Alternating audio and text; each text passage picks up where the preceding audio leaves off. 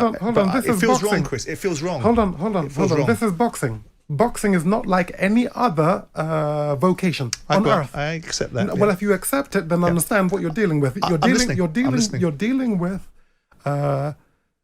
dealing with people who are using you. Yep. Using you. They're using your name. They're speaking for you, and they're putting you in fights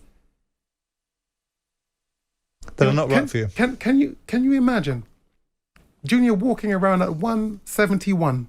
Yeah. Okay. So he has, to get down to 160, fine for a world championship fight. Hold on. But then to boil him down to 157. Yeah, he's wrong. Hold on. It's wrong. Yeah. That is attempted murder. I said it before. I heard you say that. You said it to us. He's a big boy. He's a grown man, Chris. He's a grown man? He's 30. He's my son. Sure. He's my boy. He's my child. Yeah. He will always be my child. Yeah, understood. Do you understand? Even though he's a man, and I give him his respect, because it's almost impossible to do what he's done. I respect his kahunas so much but to not his be able choices. to follow in my footsteps. Absolutely. Can you imagine how difficult that must be for him? But what can I do? I told him not to get involved in boxing. It's not what you think it's about. No, it's a Boxing, difficult, brutal sport. Hold on. Brutal? Okay. Yeah. When you feel you're being murdered in that ring, and I've been in this situation, you feel you've been murdered. You have the visceral reaction to it. No, hold on. You have the wherewithal to quit and say, well, I've had enough. But you can't, because the Warriors Code doesn't allow. You see, this is not a sport. It's not singing. It's not acting. This is real. Yeah. These punches are actually, they're breaking you down, and they're killing you. And I've been in these. I've been in these fights. So, and I've watched you. So when you say, let him be his own man, how can I let him be his own man when you can't be a man in this unless you've got someone directing you who's been there, who's felt it, who's tasted it? These physical education teachers haven't felt it. They don't know. It's just money for them. Okay. Chris, we're going to take a quick break. I don't know if you remember, it was actually me that you spoke to about what your interpretation was of what they were trying to do to Chris Jr. in terms of the weight change to prepare for the Conor Benn fight, which never happened. We'll touch on that next. I'm also keen to find out what the nature of the relationship with Chris Jr. is like now. And we've been talking about Chris's son, Chris Jr., who, of course, lost in recent times to Liam Smith. And of course there was a huge amount of controversy around the fight that didn't happen against Conor Benn, and Chris was hugely offended by the fact that Chris had to endure such a weight change to go in with Benn that you thought it was well nigh attempted murder on the part of others. Well, let me put this to you. I did an interview with Nigel Benn about our tour. While the interview was going on, Conor walked into the room. So he walked onto camera. And I said, listen, Conor, I mean, what's going on with Krista? I mean, him coming down to 157, that doesn't even make any sense.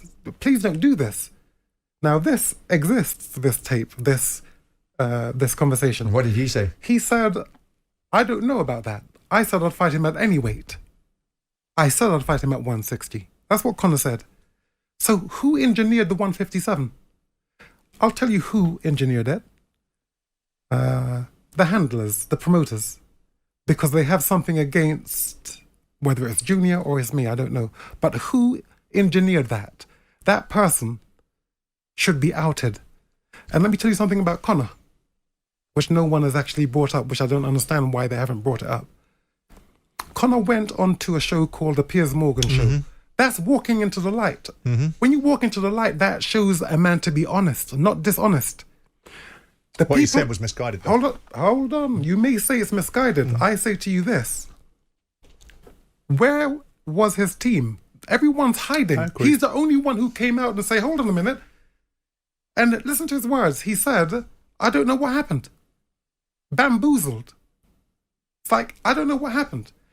Let me tell you what, when someone is guilty of something, there's no way they walk into the light and talk about it. And the light of Piers Morgan, that proves his innocence to me. Mm. Now, who are his team? And how comes, How comes there's one person actually going down? He has a team. Someone would have had to administer these drugs or steroids. Someone would. Who are these people? Now, the only people I know next to him is a former fighter and his promoter.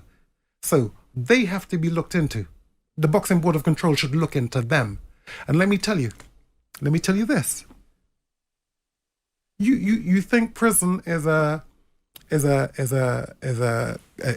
confined space and you can't get in and you can't get out. Let me tell you what. When Nigel Benn finds out what they've done to his son, prison will not even be safe for the guys. But you're bringing Tony Sims and Eddie Hearn into the conversation. I didn't mention their names. But that's the promoters and those are the yeah. people. Hold on. I mean, Chris, those involved would deny any wrongdoing. Of course they would. Hold on. They would they? So why don't they? But no one has anyone put them in front of the. Listen, Conor is a clean fighter. He doesn't know what happened to him. All the fighters know. I remember one day there's a video of me. I think it was the Spike O'Sullivan fight where I had been in America. I came back. I think on the day I came from the airport, I came in. I had this coat on. They were playing some music. I was dancing. Okay. It did look a bit odd, Chris, though. Hold on. It did look a bit odd, Listen, mate. An entertainer is an entertainer, and there's nothing. But that looked odd. Nothing I can do about that was that. odd entertainment. Hold on. So when you're talking about Conor Benn, yes. let's move off this situation and move on to the Conor Benn situation, Yes. given the fact that Conor has the obligation of strict liability. You know it and I know it. But whatever's in his system, he's got to explain it. Whoever's put it there maybe have to be accountable in the long